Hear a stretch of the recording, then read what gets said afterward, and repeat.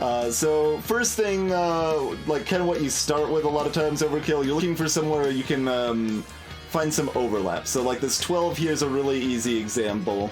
So if this 12 was on one extreme here, it would cover those spaces. And if it was on the other extreme, it would cover those spaces. So no matter what, it's always covering these spaces, so we know these spaces all have to be filled in. So that's kind of the spot you start. If those are off of an edge, or close to an edge, you can start filling in further information that can often be very helpful. So like, we can look at our last numbers now here and see what is relevant there. And we know that those are all the last numbers, so we can get those all filled in there. Let's see. And yeah, we can do a little bit with that. So not much, but we can see that there's 1, 2, 3, 4 extra spaces there. So that means that at least these 2 of that 6 are going to be filled in. So here's one we could do a little bit partially from the edge. So we know the last number here is a 1. There's no room for a 1 to fit without connecting to something else, so we know that has to be the 1, so we can X those out. This has to be the 2. If this, like, let's pretend this was a 3 real quick, that means you could go up to here, because you know that no matter where the 3 goes, it's gonna have to cover that tile. But since it's just a 2, that's as far as it goes, so it doesn't go any further there. There's a variety of other miscellaneous techniques that come up here and there. Here we can see that these ones in the middle have already been filled in, so we know those 2 have to be 1. So before that is a 2.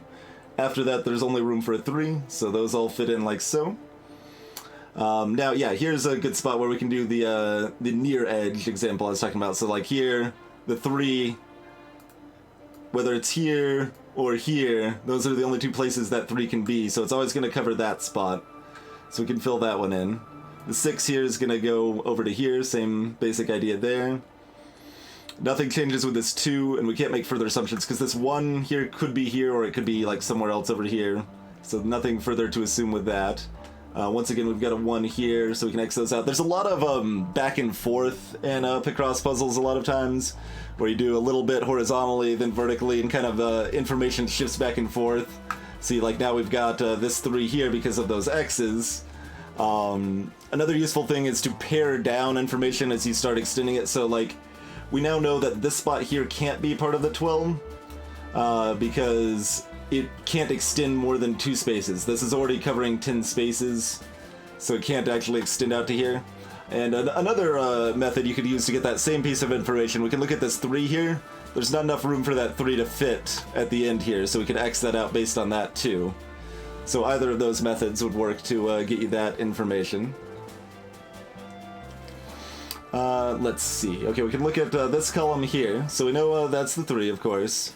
We don't know if there's a 1 here or not, but whether there's a 1 here or somewhere else, this is one of these 2 1s. We don't know which one this is yet, but it always has to be a 1.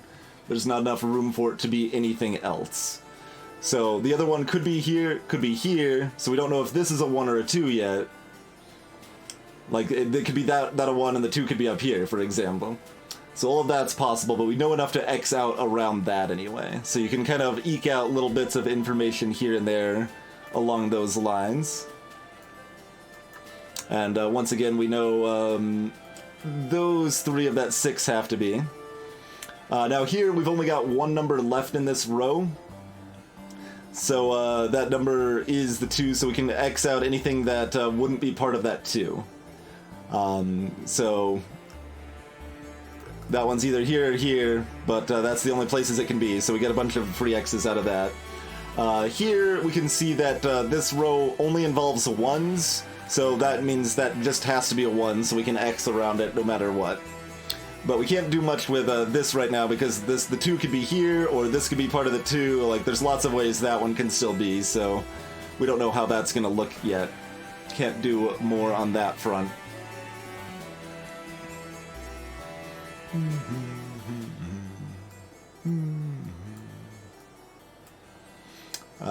Okay, so here there's 2 spaces left over, so we can get 1 dot of the 3 and 2 dots of the 4 from that. Can get, again, it has to be a 1, so we can X that out there. Oh,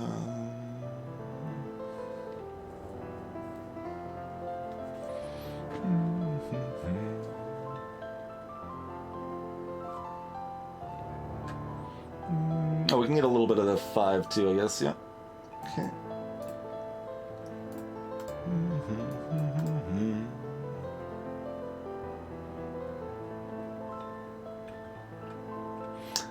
Here we know that, it actually is geometry dash, ha.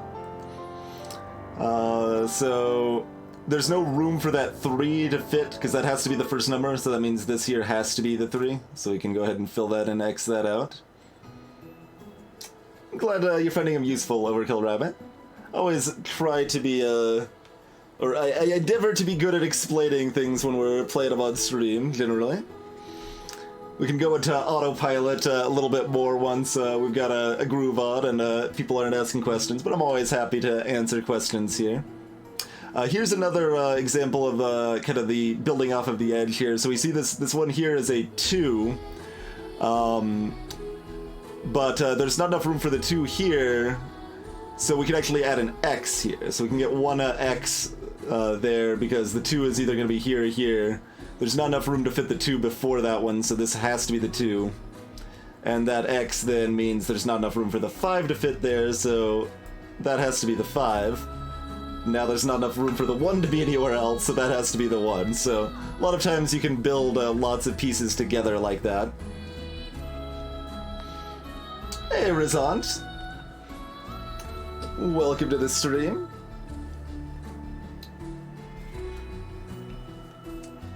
So this 4 and 6 here, again, we can X out things that can't be a part of them. So the 6 only has 1 space of leeway, the 4 has 2 spaces.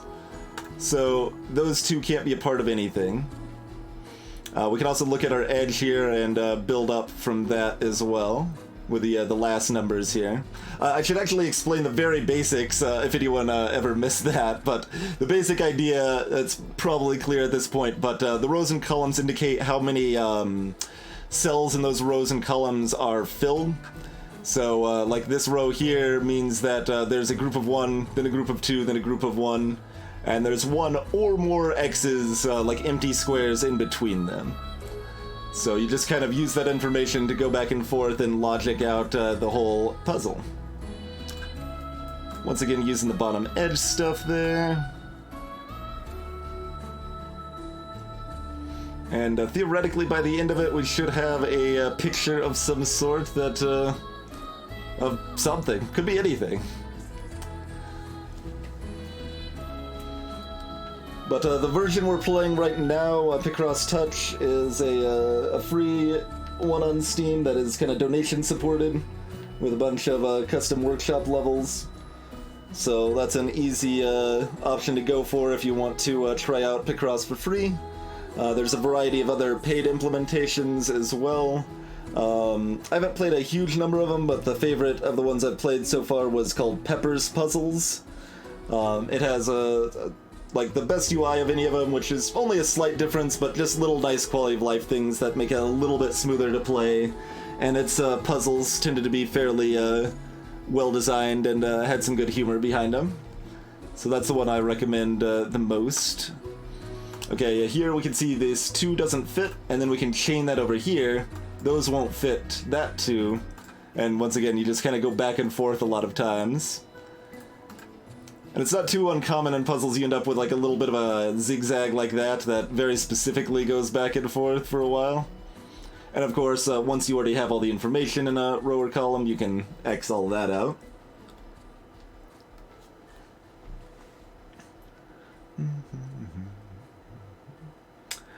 Here we can see there's only 3 spots left that this 2 has to fit in, so it's either going to be there or there. So we know that's going to be part of it. We can zigzag back a little bit.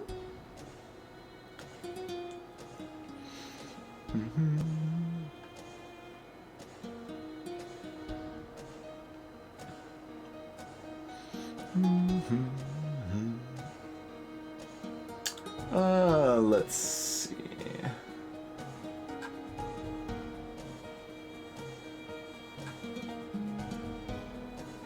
And, oh yeah, that's a nice spot here. The 3 can't fit there, and has to fit there.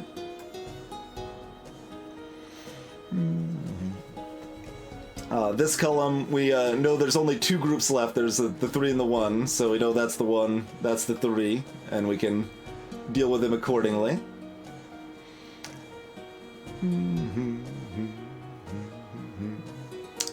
Now we know, now that we have this X here, there's not enough room for this 2 to fit, so now we can actually add this additional X, so this has to be the 2. Which, we still don't know if this 1 is going to end up here or here, but we know that this is actually, in fact, part of the 2 now.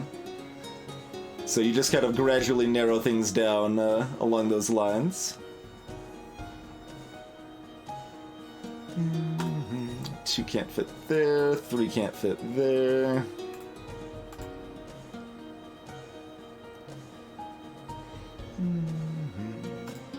The vertical 3 can't fit in any of those spots, has to fill that one. It does kind of look potato-esque. Maybe it's Potato GLaDOS? Wait, did we actually have that as a puzzle once?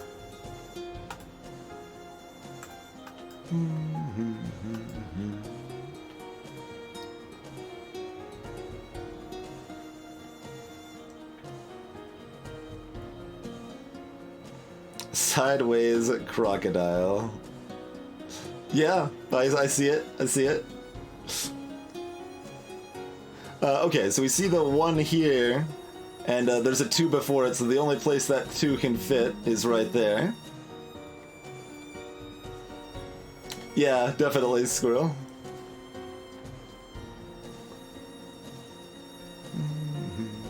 And we've got extra X's, so this 3 has now been filled in, which lets us fill in some more stuff. We can get this here because of this X. That means the 12 is going to have to extend out to there. Like, we could recount it, and I did that more when I was new, just manually recount to make sure.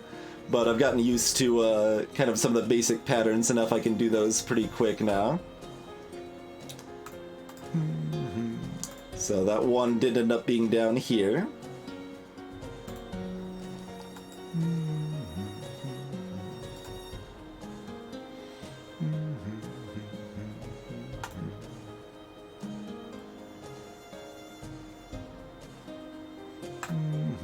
That has to be the 4. That's part of the 3.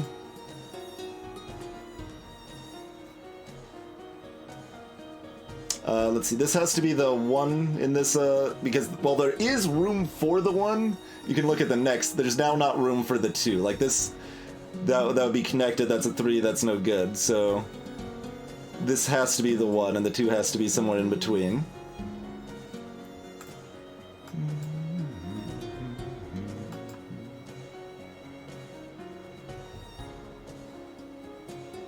No room for that 2 there, so this has to be part of the 2, which also means we can get those spots of the 3 there. So same thing there, that if it fills those or those, no matter what, it's filling those middle 2. So those 2 have to be part of the 3, which lets us narrow down some of this other stuff nearby. Now here, we can also just solve this 3 horizontally. That one's free at that point. But just looking vertically, we can see that there's 3 spots here, and the 2 is the last number, so the 2 has to fit in there, and there's no room for the 1 to fit after it, so the 1 has to be up here. Is this another chicken? This does kind of look like another chicken.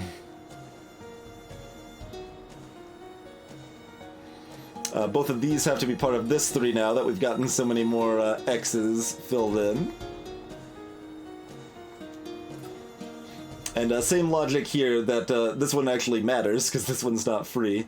The 2 here has to be either like this or this, and there's not room for the 1, so the only other spot that 1 can go is down here. Which lets us complete all of that.